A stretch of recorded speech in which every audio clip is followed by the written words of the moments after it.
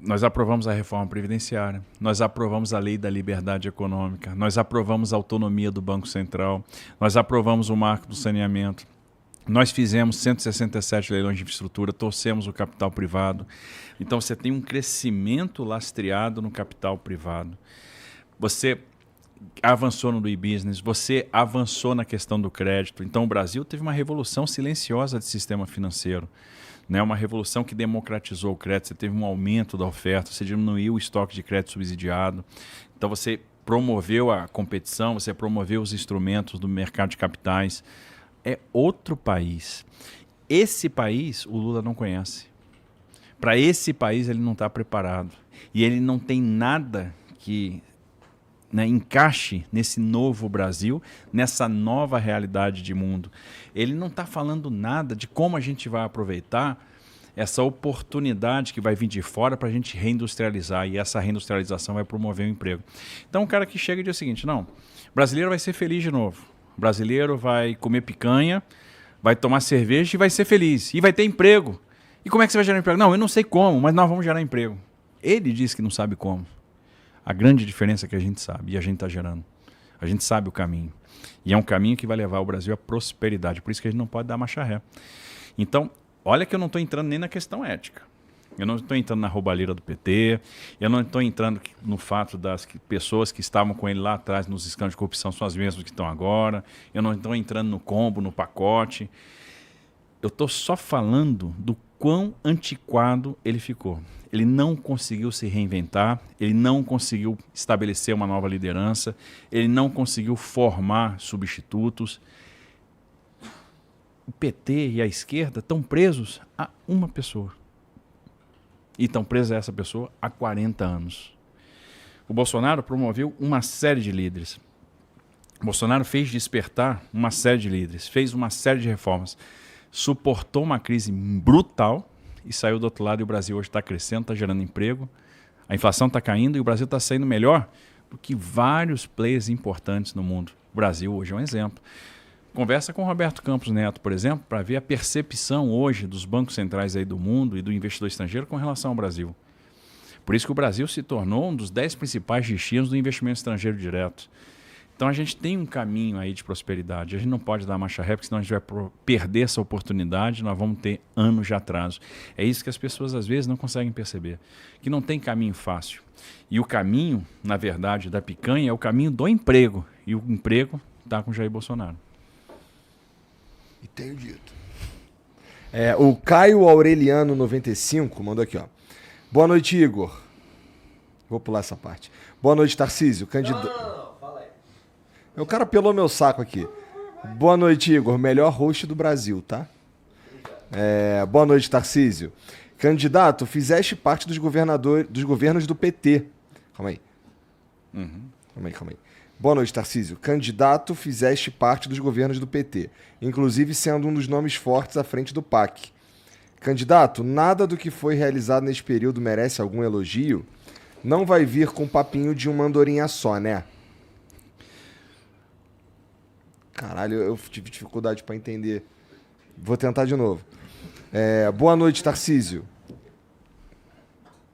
Candidato... É que não tem umas vírgulas aqui. Candidato, fizeste parte dos governos do PT. Ainda bem que não é candidato padre, né? Boa noite, Tarcísio. Candidato padre, não, né?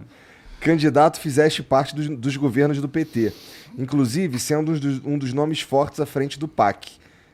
Candidato, nada do que foi realizado neste período merece algum elogio? Não vai vir com papinho de uma andorinha só, né? Eu não... Puta. Bom... É que assim, eu sinceramente... O Caio, desculpa, eu realmente não entendi. Mas, ó, ele claramente é um eleitor do Lula. Claro, tá? Não, eu tô vendo pela foto, eu não tô nem fazendo piada. De verdade, porque a foto dele tá fazendo L assim. E com uma estrela do PT no peito. Então, assim, sabendo disso, talvez ajude a compreender o que ele tá dizendo aqui. Que eu vou ler de novo. Boa noite, Tarcísio. Candidato... Boa noite, Tarcísio, vírgula. Candidato, fizeste parte dos governos do PT, vírgula.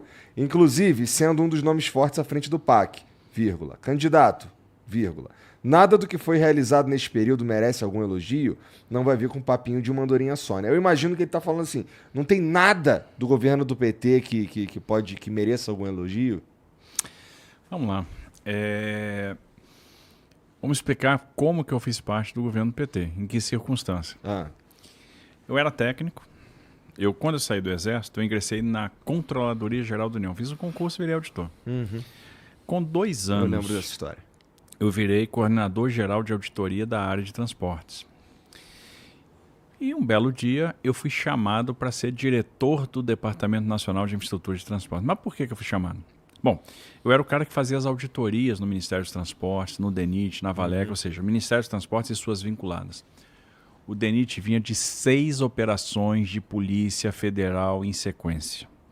Operação Mão Dupla, Operação Casa 101, Operação Anjos do Asfalto, Operação Via Ápia.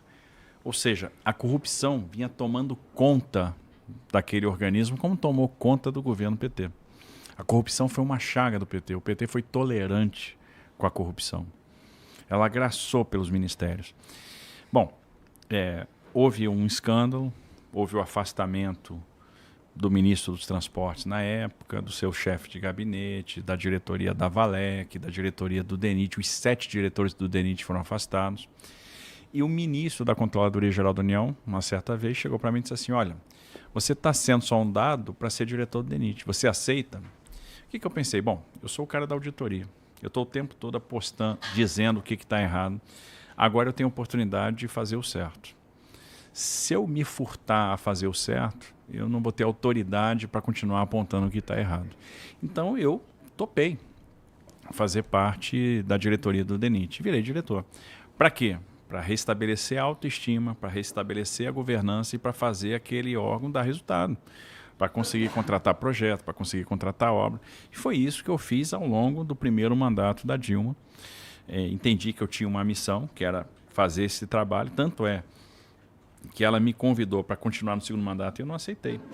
Em 2014, eu fiz um concurso para consultor legislativo da Câmara dos Deputados, era um concurso para 2 vagas, Brasil inteiro, passei, fui o primeiro colocado.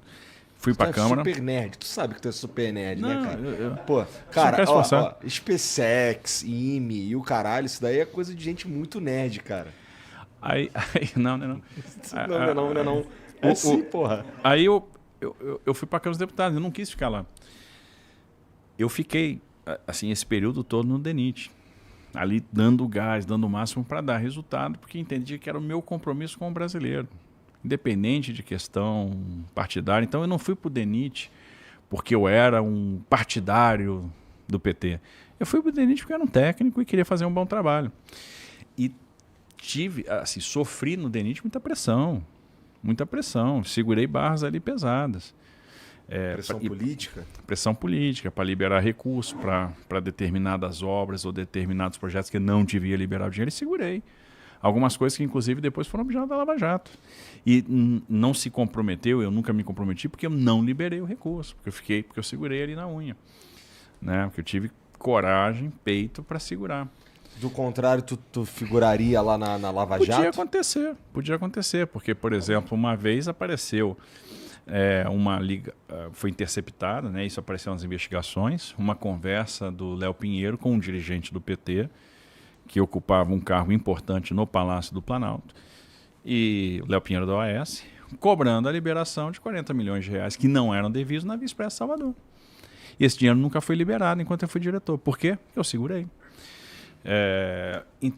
Então, no final das contas, a gente conseguiu manter o DENIT fora das páginas policiais. Uma vez eu fui em São Caetano do Sul, agora já na campanha, pré-campanha, tinha feito uma palestra na associação comercial, depois nós fomos comer numa pizzaria. E muita gente lá, bateu palma, não sei o que, eu cheguei na pizzaria e tal, tirei foto, aquele negócio bacana e tal. E quando eu estava saindo, tinha uma mesa com 4 petistas. E aí, eles começaram a gritar, Lula, não sei o que e tal. Eu fui lá cumprimentar, dei boa noite para todo mundo, fui mostrar o meu respeito pela opinião divergente. E aí um me perguntou assim, você foi do governo PT, por que você fez isso com a gente? E eu disse para ele o seguinte, exatamente por ter feito parte do governo PT, por ter visto o governo PT de perto, eu nunca vou votar no PT e eu nunca vou estar com o PT. Entendi.